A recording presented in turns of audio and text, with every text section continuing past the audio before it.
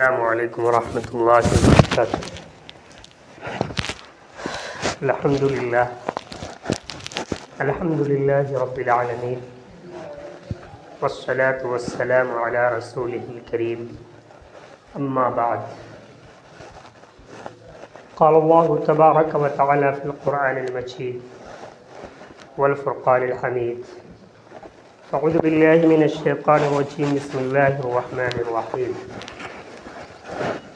شہر رمضان الذی انزل فیہ القرآن هدى للناس وبينات من الهدى والفرقان۔ قال النبي صلى الله تعالى عليه وسلم: اللهم بارك لنا في رجب وشعبان وبلغنا رمضان۔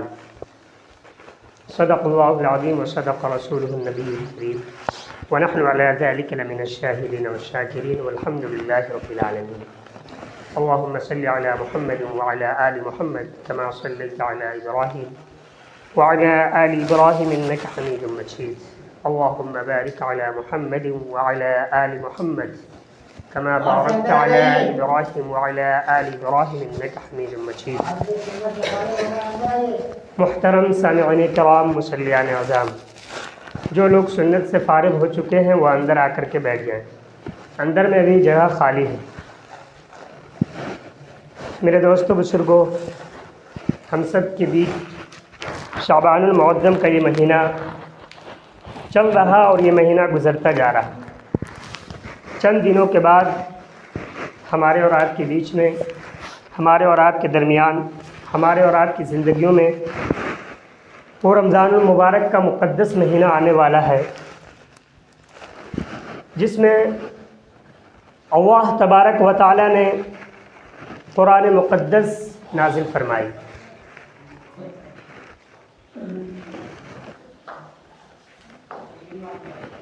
اور اللہ تبارک و تعالی کے نبی آخری الزماں محمد عربی صلی اللہ علیہ وسلم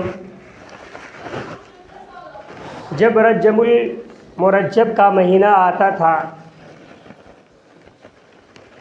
جب رجب المرجب کا چاند نظر آتا تھا، تو رجب المرجب کے مہینے کے آنے کے بعد یہ دعا فرمایا کرتے تھے کہ اللہم بارک لنا فی رجب و شعبان وبلغنا رمضان، کہ اللہ ہمارے لیے ہماری زندگیوں میں برکتیں عطا فرما اور ہمیں رجب المرجب اور شعبان المعظم کے مہینوں میں برکت نازل فرما کر ہمیں رمضان المبارک کا مہینہ میسر فرما، ہمیں رمضان المبارک کے مہینے میں داخلہ نصیب فرما، ہماری زندگیوں میں اتنی برکتیں عطا فرما کہ میں رجب المرجب اور شعبان المعظم کا مہینہ گزار کر ہم رمضان المبارک کے مہینے میں داخل ہو جائیں۔ ہمارے اور آپ کے نبی محمد عربی صلی اللہ علیہ وسلم یہ دعا فرمایا کرتے تھے۔ تو میرے دوستو بزرگوں، اللہ تبارک و تعالی ہمارے لیے ہر وقت، ہر گھڑی، ہر لمحہ ہماری زندگی کے لیے ایک خاص اور ایک اہم زندگی عطا فرمائی ہے،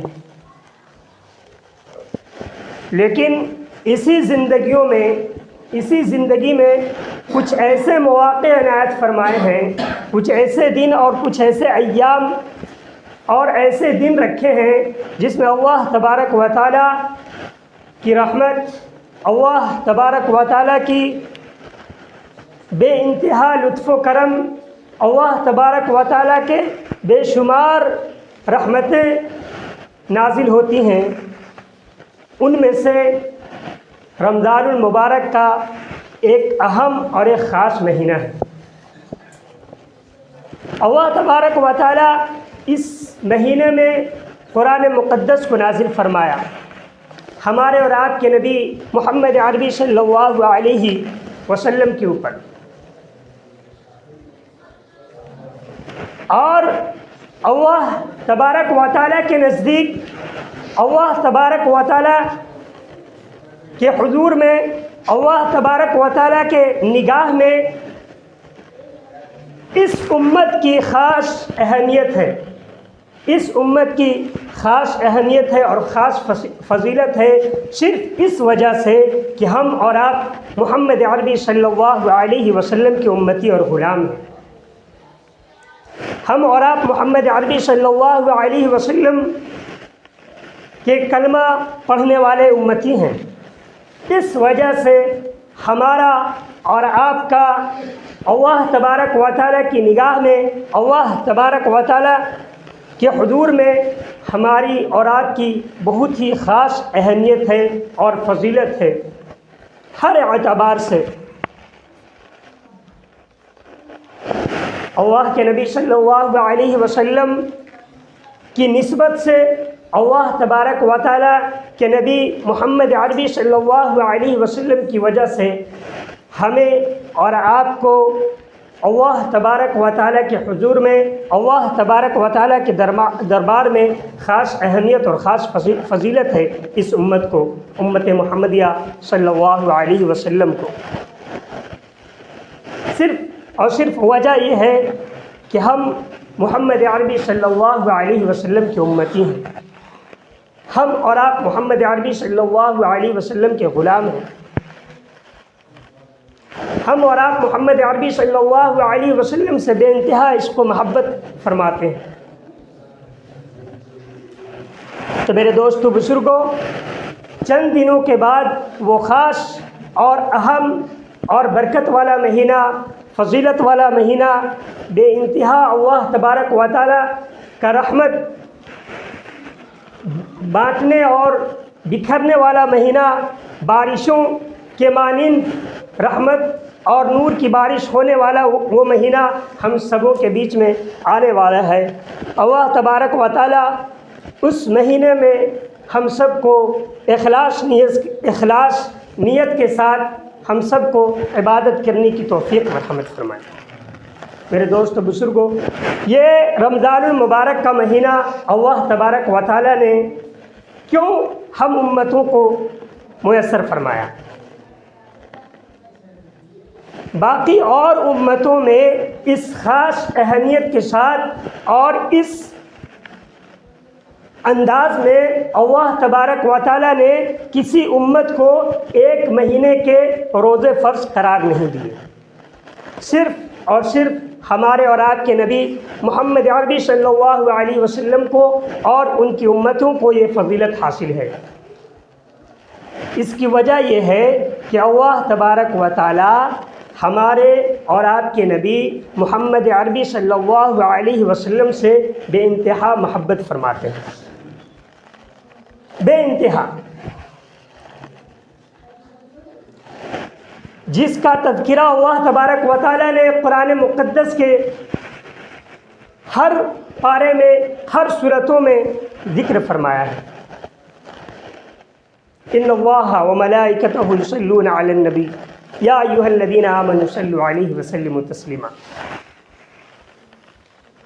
ما كان محمد ابا احد من رجالکم ولکن رسول اللہ وخاتم النبیین وکان اللہ بکل شیء علیما۔ بے انتہا جگہوں پر اللہ تبارک و تعالیٰ نے پیارے نبی محمد عربی صلی اللہ علیہ وسلم سے محبتوں کا اظہار فرمایا ہے۔ تو میرے دوستو بزرگوں، اس مہینے کے آنے کا مقصد یہ ہے کہ ہم جو 11 مہینوں میں جو عبادتوں میں کمی کرتے ہیں اور جو عبادتیں ہم صحیح طور سے اور صحیح ڈھنگ سے نہیں کر پاتے ہیں، ہم اس میں صحیح طور سے اور صحیح طریقے سے اس میں کر سکیں۔ یا یوں کہہ لیا جائے کہ یہ مہینہ 11 مہینوں کے لیے مشق کا مہینہ آتا ہے، کہ اس مہینے میں ہم اپنے آپ کو مشق کر لیں، اس مہینے میں اللہ تبارک و تعالیٰ سے وعدہ کر لیں کہ باقی 11 مہینے کی جو زندگی ہماری ہوگی وہ اسی ڈھنگ اور اسی طرز عمل کے ساتھ ہماری زندگی گزرے گی. ہم نمازوں کا اہتمام اسی طریقے سے کریں گے جس طریقے سے رمضان المبارک کے مہینے میں کیے. ہم بقیہ اعمال بھی اسی طریقے سے کریں گے جس طریقے سے رمضان المبارک میں ہم نے کیا. تو اس مہینے میں مشق کا یہ مہینہ ہے. اس مہینے میں اللہ تبارک و تعالیٰ سے وعدہ کرنے کا یہ مہینہ ہے کہ باقی جو 11 مہینے جو ہماری زندگی آنے والی ہے شوال کے بعد، اس مہینے میں ہم اسی طرز سے اور اسی طریقے سے عمل کریں گے. تو اس مہینے میں خاص کر کے جو ہمارے بڑے علماء کرام فرماتے ہیں کہ اس مہینے میں اس عمل کو انسان خاص کر کے اس پہ توجہ دے اور اس کا اہتمام کرے. اس میں سب سے پہلی بات ہے کہ آدمی تہجد کا پابند بنے اس مہینے میں. وہ اس لیے کہ شہری کے وقت آدمی اٹھتا ہے تو تھوڑا 10 منٹ پہلے یا 15 منٹ پہلے اٹھ کر کے با اہتمام کے ساتھ وضو کرے اور تہجد کی چند رکعتیں پڑھ لے. یہ سب سے خاص چیز ہے کہ انسان اس مہینے میں تہجد کا پابند بنے. تمام نوافل نمازوں میں جو سب سے اہمیت اور فضیلت والی جو نفل نماز ہے وہ ہمارے اور آپ کے لیے ہے تہجد کی نماز. اس کے بعد بڑے فرماتے ہیں کہ اشراق کا بھی پابند بنے. اشراق کی نماز سورج نکلنے کے بعد 20 منٹ کے بعد جو پڑھی جاتی ہے اسے اشراق کی نماز کہا جاتا ہے. 2 رکعت یا 4 رکعت پڑھ لے تو انسان رمضان المبارک کے مہینے میں تہجد کا پابند بنے. جہاں تک اس سے ہو سکے سحری کے وقت پہلے اٹھے 10 منٹ 15 منٹ اور باوضو کے ساتھ خوب اہتمام کے ساتھ وضو کرے اچھے طریقے سے اور تہجد کی چند رکعتیں پڑھ لیں. اور اس کے بعد فجر کے بعد اشراق کی جو نماز ہے 4 رکعت اسے 2 رکعت یا 4 رکعت پڑھ لے. سورج نکلنے کے 20 منٹ بعد جو پڑھی جاتی ہے. افضل طریقہ تو یہ ہے کہ فجر کی نماز پڑھ لینے کے بعد اپنے ذکر و اذکار میں لگا رہے اور سورج نکلنے کے بعد 20 منٹ بعد وہ اشراق کی نماز ادا کر لے. تو اشراق کی نماز جو ادا کرتا ہے تو حدیثوں میں آتا ہے کہ 1 حج اور 1 عمرہ کرنے کے برابر ثواب ملتا ہے. 1 حج اور 1 عمرہ کے برابر ثواب ملتا ہے. تو باقی 11 مہینوں میں تو ہم ان چیزوں کا اہتمام نہیں کرتے ہیں. تو اللہ سے دعا کرتے ہیں کہ ہم سب اشراق کا نماز کا اہتمام کریں گے، تہجد کا نماز کا اہتمام کریں گے. اور اس کے بعد ایک نماز ہے اوابین کی نماز. اوابین کی نماز پڑھی جاتی ہے مغرب کی نماز کے بعد 6 رکعت 2 رکعت کر کے پڑھی جاتی ہے. تو حدیث میں آتا ہے کہ جو اوابین کی نماز پڑھتا ہے اس کو 12 سال عبادت کرنے کا ثواب ملتا ہے. کتنا؟ 12 سال عبادت کرنے کا ثواب ملتا ہے. تو ہم تہجد کا اہتمام کریں گے. سحری کے وقت پہلے اٹھیں گے 10 منٹ 20 منٹ پہلے اور خوب اچھے طریقے سے وضو کریں گے اور تہجد کا اہتمام کریں گے. چند رکعتیں اس کی پڑھیں گے. اس کے بعد اشراق کا اہتمام کریں گے انشاءاللہ العزیز. اور اگر ہم سے ہو سکے اور اللہ تبارک و تعالی ہمیں توفیق دے اور اللہ تبارک و تعالی سے ہم توفیق مانگیں گے تو مغرب کے بعد مغرب کی نماز کے بعد ایک نماز ہے اوابین جو 6 رکعت ہے. اس کو 2 رکعت کر کے پڑھنا ہے. اوابین کا ثواب ہے کہ 12 سال کی عبادت کا ثواب ملے گا اسے. تو ان تینوں چیزوں کا اہتمام ہم کریں گے اور ذکر و اذکار میں کلمے کا ورد کریں گے لا الہ الا اللہ محمد الرسول اللہ صلی اللہ تعالی علیہ وسلم. اور تیسرے کلمے کا ورد کریں گے اور دعاؤں کا خوب اہتمام کریں گے. اللہ تبارک و تعالیٰ سے دعا کریں گے کہ اس میں ہمیں اخلاص نیت کے ساتھ، للہیت کے ساتھ، اللہ کی رضا کے واسطے اس میں جو ہم عبادت کر رہے ہیں اسے اللہ قبول کرے، اور اچھے طریقے سے اخلاص نیت کے ساتھ اللہ تبارک و تعالیٰ ہم سب کو اور عبادت کرنے کی توفیق مرحمت فرمائے۔ تو کلمے کا ورد کریں گے، پہلے کلمہ کا اور تیسرے کلمہ کا، اور دعاؤں کا خوب اہتمام کریں گے، اور استغفار کا بھی اہتمام کریں گے۔ استغفر اللہ ربی من کل ذنب واتوب الیہ، دعاؤں کا خوب اہتمام کریں گے، استغفار کا اہتمام کریں گے۔